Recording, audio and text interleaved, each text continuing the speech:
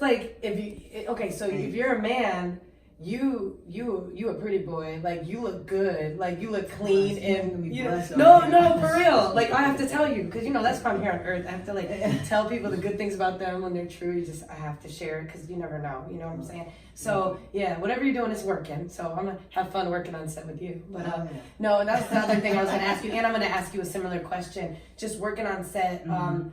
I've seen some of the cast of Grip. A lot of it has to do with women and sexuality. I've seen some beautiful women already. Are you in a relationship? What do you like? You like males more, females more? And is it hard to be the boss and like stay completely focused? Like Nate's talking about, I'm focused and blah, blah. But I know when you're on set sometimes for like 24 hours or your phone's locked up and you can't have it.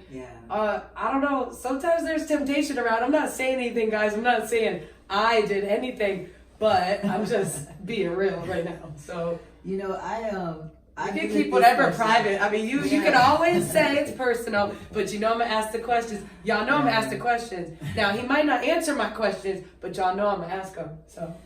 Okay, so there's a lot of beautiful women and beautiful people. Like the cast is very attractive and that was purposeful. And before I went into this in the casting, I told myself that I would not cross boundaries. So, because I know I've been in plenty of situations where, everything's going good and then you have that argument, that fight, and it totally messes up your mojo, your vibe, your energy goes somewhere else. And Grip is so important to me that that's a commitment that I made to the story, to the production, that I would not be the person to sort of use it as, as some kind of personal harem.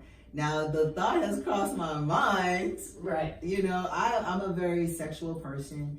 I believe in sexual fluidity and sexual freedom, and I believe in celebrating sexuality, health in many healthy ways. And I feel like as a culture, as American culture, we still have things are still taboo. And what Grip does it does explore eroticism, like the BDSM, and so that's a type of. Some say it as, look at it as like, oh, that's just porn. Some see it as art. Some see it as something in between.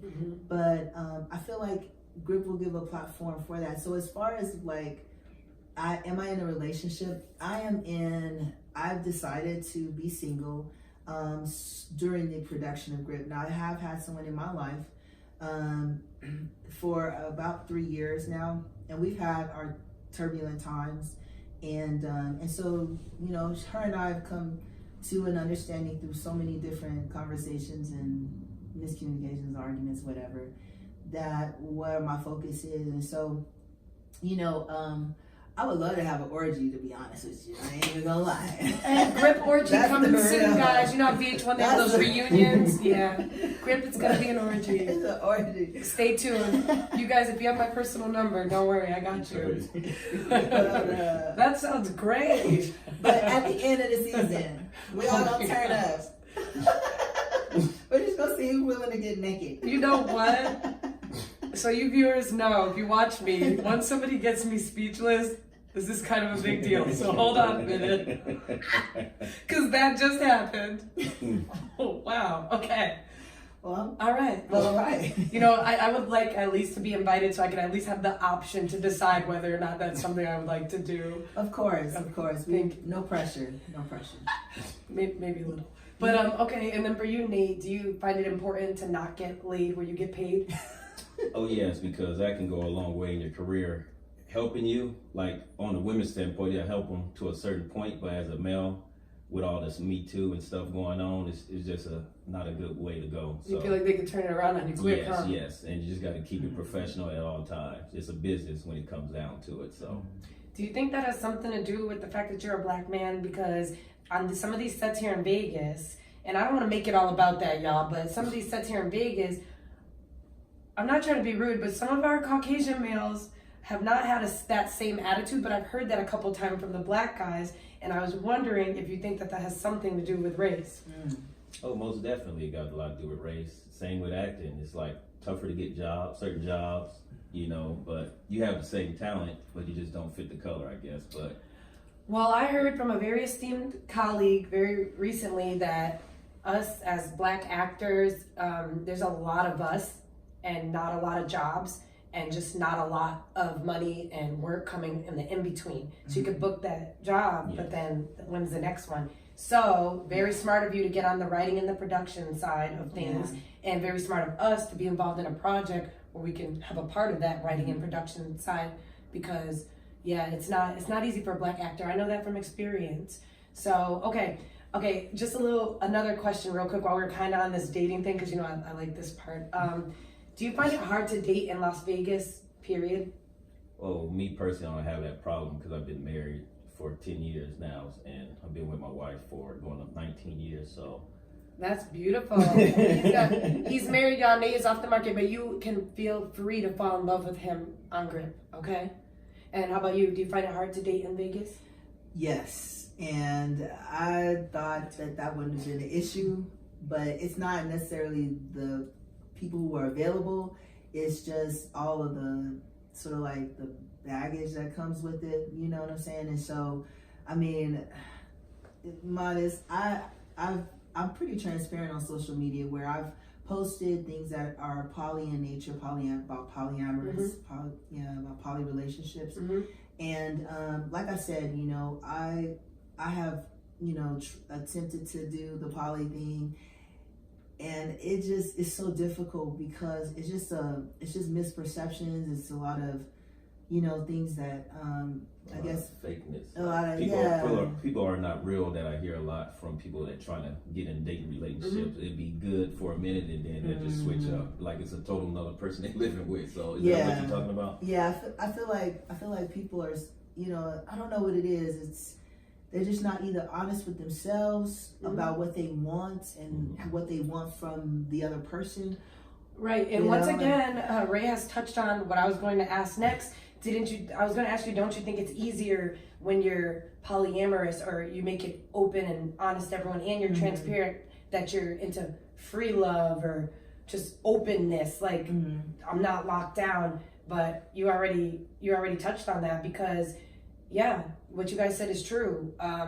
When you're not honest with others, typically that's because you're not honest with yourself. And that typically comes from a place where you're lacking some type of self-love, which means you're going to be really hard and next to impossible to love another. So it's like, okay, well, this person needs to go do some work on themselves. You know what I mean? But I think you're in the right headspace. I mean, we're okay with this not being our season. I know you're out there watching right now. It's okay if it's not our season. But there was a reason, because it's always lessons and blessings. It just might not be right this moment. So no one needs to be out there weeping like, no, we're never going to be together. You don't know that. Don't put energy behind that. It just may not be right now. A lot of people need to focus on these two eyes in the mirror right here and figure out what's really going on in here before you start spreading all that, whatever you're spreading around town. And it's interesting what you said is when a person has a difficult time being honest with others, it's because they haven't been honest with themselves, and it has to do with the lack of self-love. Well, the character that I play, that I created, Trey Moore, is the poster child for that. Comes from, so Trey has a difficult time not only loving others, he just has a difficult time being in any kind of healthy relationship, has a difficult time interacting with others, with other women. And it all stems from the home environment that she spent, which was prior to transition. She spent most of her life, most of her adolescence, her childhood and adolescence in, and so because of that, for her to even have any type of interaction with another woman, with a woman in an intimate way, it becomes something very deviant and dark. And it has everything to do with Trey did not experience the type of healthy connection and love, as a child. And so even though it maybe doesn't go to the level, Trey doesn't, everybody doesn't act out like Trey is, but it still is though that element of just, it comes down to the basic thing that every human being needs, is to feel safe, to feel love, and to feel acceptance. you know, Right. and Trey lacked all of those things from, you know, from a young childhood to adolescence to when she ran away from home. So this is like a really strong like topic, and it's a strong Mm-hmm. message for the viewers. And you know, even though you say maybe Trey takes it to like a super extreme, that's kind of good, because a lot of us, when we do watch these shows and we get so into them, it's because we want to at least go to that extreme in our mind, or let somebody else do it for us because we can't. But it's there, like, you know what I mean? So, you know, I have to have you tell me more about Trey, because you touched on some things that kind of surprised me. So, okay, so Trey at the beginning of the show starts off as she, and we refer to her as she, but she goes through transition to become he. Yes. So please just take me through the character Trey, please. Okay, well, Trey Moore starts off was born Latrice Washington, and Latrice gets introduced throughout the season as in like a flashback as a 12-year-old, and then later as at 16 when she runs away from home to avoid being molested. And so when she runs away, it kind of like goes back and forth. Trey is able to moves to LA and is working as a custodian, still under the name of Latrice Washington. And it's not until so there's a lot to it, but when she moves back to Las Vegas, she takes on her adoptive mother's last name, adoptive parents' last name, which is Moore. And in that transition to Las Vegas from LA back to Las Vegas, she decides that she's going to go ahead and transition her gender and she takes on the name Trey. Oh wow! So that's we can't give you guys everything now. just button in real quick. We're not going to give you everything, but we're going to give you something. Yes. So that's how we have Trey Moore as part of the main part of season 1. But the audience does get to know that Trey was, you know, a woman, a young lady, a young girl born Latrice Washington. Wow. Okay, so Trey becomes a very personal character for you. Even though Trey gets really intense and does things that I can't even imagine Ray thinking about, but clearly Ray is thinking about these things. No, I'm just kidding. But Ray's an artist, guys. Yeah. But so yeah, this is a really close character to you, no? Absolutely. The transitioning, that the journey that I'm taking personally, Trey there's a parallel to it. And someone actually told me, they said, you know, you should video your journey. And I said, that's a really great idea. And it's so funny, I kind of, you know, dropped the whole thought of it and stuff. Let's do it. But I'm doing it through Grips. So literally, by the time as we, you know, do our production and we have these episodes, you know, filmed, people are literally gonna see me transition really without makeup or anything. My facial hair will get thicker or darker, whatever it's gonna do. You know, my body's gonna transition. So it's gonna literally be very realistic. So the part that I have to hurry up and get filmed is actually the Latrice Washington character. So while I'm at this stage, I know we have a great makeup artist, Manuel Fox Bowles Banks, who did our makeup for the photo shoot. Okay. We talked about what it would take to make me softer, you know, more feminine, and so we have some ideas on how we're going to do that. And if we don't get to those scenes in time, and it's not something we can translate in film, I'll have to literally cast the person to play Latrice Washington. Yeah, I'll have to cast myself. So, you know, so hopefully we can get Latrice Washington all down in the makeup and stuff, which I'm pretty sure we will. But in real time, Trey Moore, as I become more the male that, you know, that I want to be, so will Trey. Apparently that you're meant to be. That I'm meant to be. Yeah.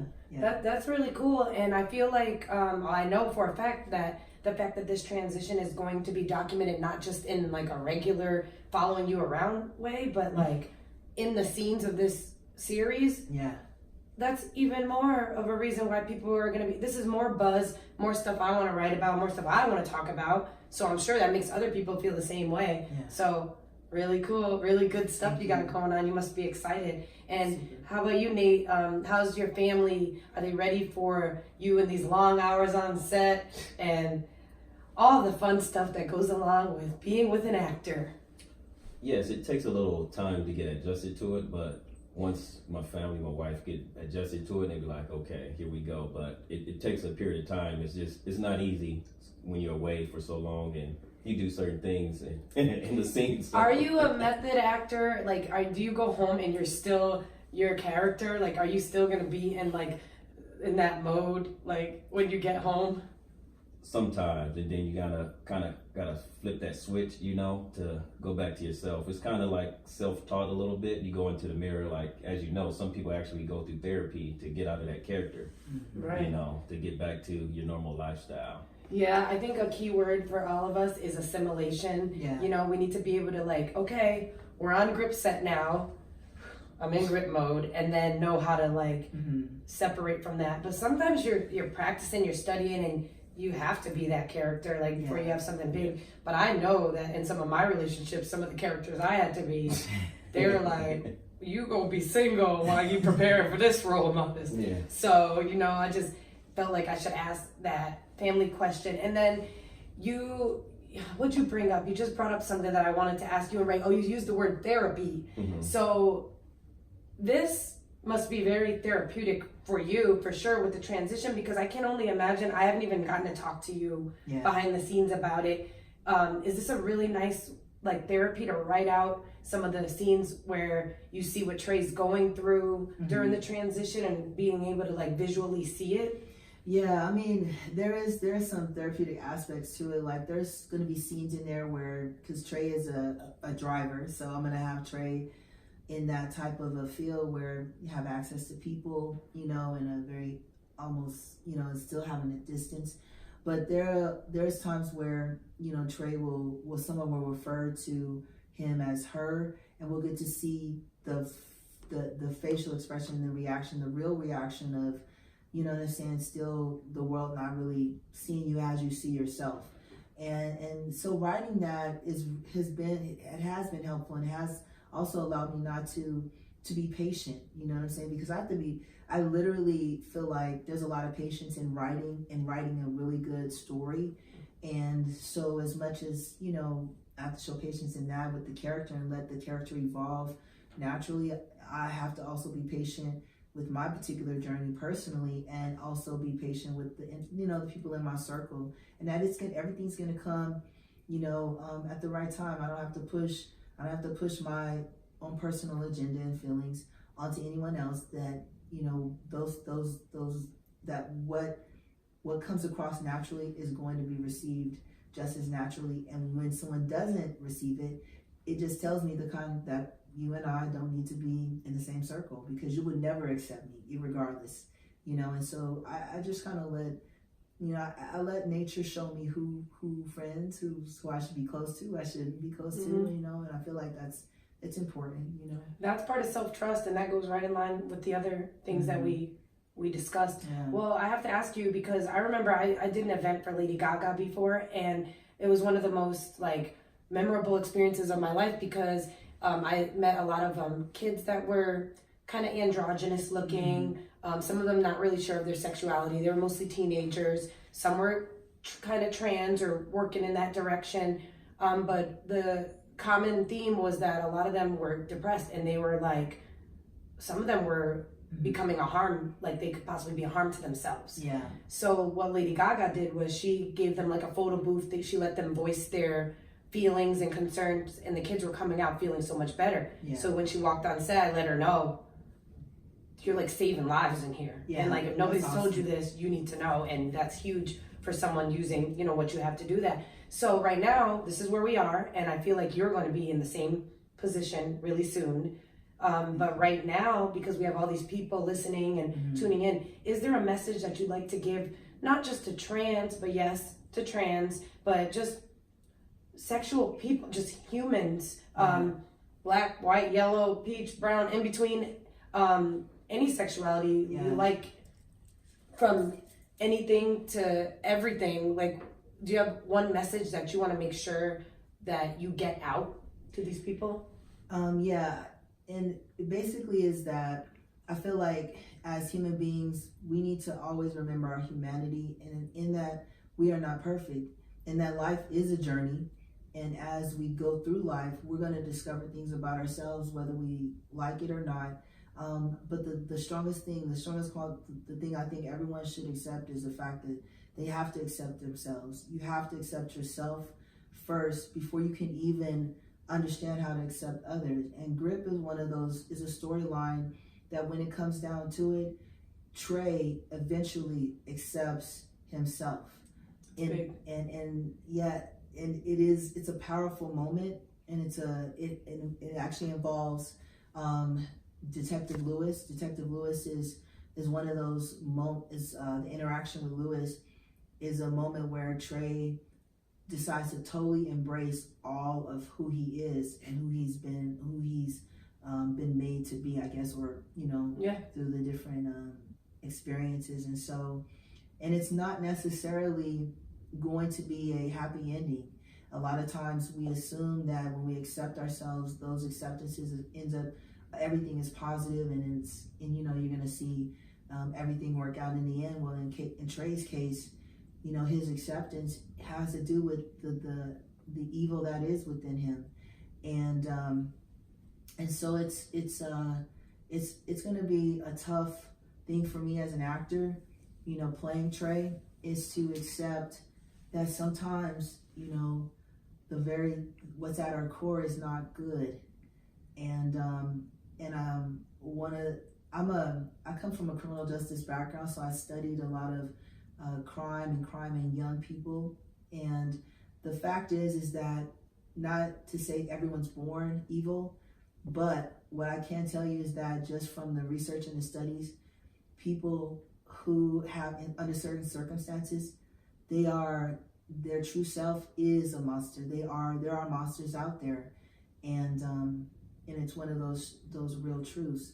But I guess my biggest message would be, hopefully when people watch GRIP, they can see a real sense of the struggle, how hard it is to accept ourselves, and because there's things about us that are not always pretty. That's right. Accepting reality can be hard sometimes, guys. But you said something that was like really powerful, that touched me, and it had to do with you sensing like the energies around you and kind of like picking and choosing the people you're going to be around, because that comes with the self, like the knowing of self and the acceptance, because then you start to be able to like sense the different energies around you too, you know what I mean? Definitely. So that was big for me, because I was like, oh yeah, like that's good stuff. And then that can go to show us that, energetically, the group that we're going to be seeing, hopefully at some point on like a daily basis, but the group that we're going to continue to see is going to be energetically healthy if they're going to be on Ray's set, you know what I mean? Absolutely. That's important, because the vibe on set, man. I was going to ask you about this, like, so you're married, you're like a good like stand-up guy, but like when you're on set, sometimes you ever feel like the vibe take over? Not like you're out of control or anything like that, but like GRIP's vibe that's gonna be a lot to take over. It's gonna be like a dark and sexy, kind of at times kind of crazy, for lack of a better term, kind of vibe. Yeah. Yes, as he stated with Detective Lewis, I'm going into like some dark places with this character, so I got to really tap into it to like bring her script to life, which is a good script. So I don't want to. Right. I don't want to make her. You'll do great. Yeah. And then I was gonna ask you, what do you turn to? Are there certain actors, their techniques, or just some of your favorite actors, TV shows, movies? Do you watch a lot of those? Like, where do you get the most of your? I mean, I know you're your own character, but where do you pull from? And then also, is there anything specifically that reminds you of GRIP? I know GRIP stands on its own, but just I remember like there was one I loved, The Following, like Kevin Bacon. Oh, was like that's a good one. really good. Okay. But just I want to hear more about like where do you get some of your inspiration from, and especially for this specific character, for Lewis? Well, basically, I kind of doing a lot of background work on rogue detectives or detectives that's not usually of the norm, you know, not by the book. So Oh, like a training day one? kind of like that Denzel. And yeah, I love Denzel that Washington. one. Yeah, he's one of the big guys that I watch. Him, Will Smith. You know, Yeah. because you got to bring kind of yourself into it, but more character too. So it's like a variance. It's like a fine line. But to go deep where I'm going is, yeah. So you got to really. How do you train for a character like Lewis? Like, I guess mentally, physically, spiritually, emotionally. How do you train for that character? I don't even know what's coming. I mean, I've only heard like bits and pieces. But are you like, all right, so I'm gonna have to wear this uniform, so I'm gonna have to work with people. Those arms look like they're good, but you know, like, and then mentally, like, you know, and I don't know what your spiritual practices are, but how do you get ready for this? Because this is coming, and it's coming fast, and it's gonna hit hard. So Yeah, so like you said, spiritually, that's why I'm a spiritually person. Like, I believe in certain things. I'm not like a church person. I go to church every Sunday, but I Religion's believe in different, I believe in a higher spirituality. power. So I do tap into things like that, and as well as things in my past that I went through in my life, or family members that's close to me, and I kind of embody that into a character, and that's the way you can go into deep places that you don't want to go to. I've seen you. You're a good actor. Like, you know how to switch it Thank up. you, So thank you. I'm excited about this project. All right, so we're gonna wrap it up in just a bit, but I just want to give these two a chance to let us know what to look out for, what's coming, if there's any other projects that we can find them in. If you just want to get like your juices flowing, see what Ray and Nate are like on camera. Just gonna give you a few minutes to shout it out. Give me some last little taglines for the viewers, and let us know where to find you. Handles on social media. Yeah, what's up next, calendar, anything. All right, well, you guys can always find Grip and me on Facebook as griptheseries.com, Instagram, griptheseries. Facebook, Grip the Series. We have a Twitter page, again, Grip the Series. We have a website, griptheseries.com. Email is griptheseries@gmail.com. I have my own personal page. It's Ray Silver. My Instagram is also r._silver. And so I am all in with Grip, but I am looking to integrate merchandise. So we're looking at t-shirts. I am looking at also having my own line of BDSM ropes and stuff like that we can feature on the website. And we are talking to a potential, they do swimsuits. So I'm looking at adding swimwear to Grip with the Grip logo. So merchandising, and we got actually there's a lot going on. So I'm really excited. But Oh, and you guys can go on me too, Modest Jones on everything, and I will have the Grip plug. I'll be the Grip plug. yes. So don't forget. Okay, but we're not gonna forget about Nate, because hold on. Okay, hold on for the king, y'all. Hold on. Okay, Nate. So please tell us, where can we find you? I know you've been working on some projects. I know you have some stuff in pre-production, maybe in post-production. Just let us know what to look out for from you. 2019, 2020, going forward, and then just how to find you on social media as well. Well, basically, right now I'm all in on Grip. Okay. So like, if any major project comes along, I'm gonna make sure it don't coincide with my schedule with Grip. So I'm really focused on this character Good to know. bringing him to life right now. But basically, stuff I got in the past, you can go check out Aximus. It's kind of a short horror movie. AXEMAS is how you spell it, and you can go check me out on E.SO to Vegas. That's my Instagram handle, or Nathan Scott on Facebook. Okay, and you guys will definitely be seeing more of Mr. Nathan Scott. You know, Nate, you never have to be modest, because that's my job. So, you know, like I told you, I'm a Gemini, so I got two sides. One comes out every now and then.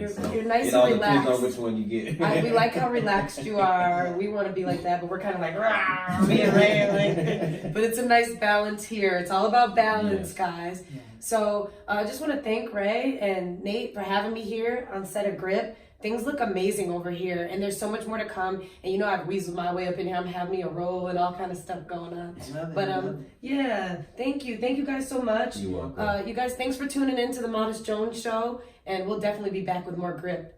Thanks for tuning in. Thank you. Have a good one. Yay! You did awesome. Thank you so much. Oh, you're It the got best. so warm up in this thing. Yeah, it's hot now. Thank It's you. life. You're Thank you. awesome. Good Good job. question. You got it down. You Oh, good thank what you you do. I guys. like that.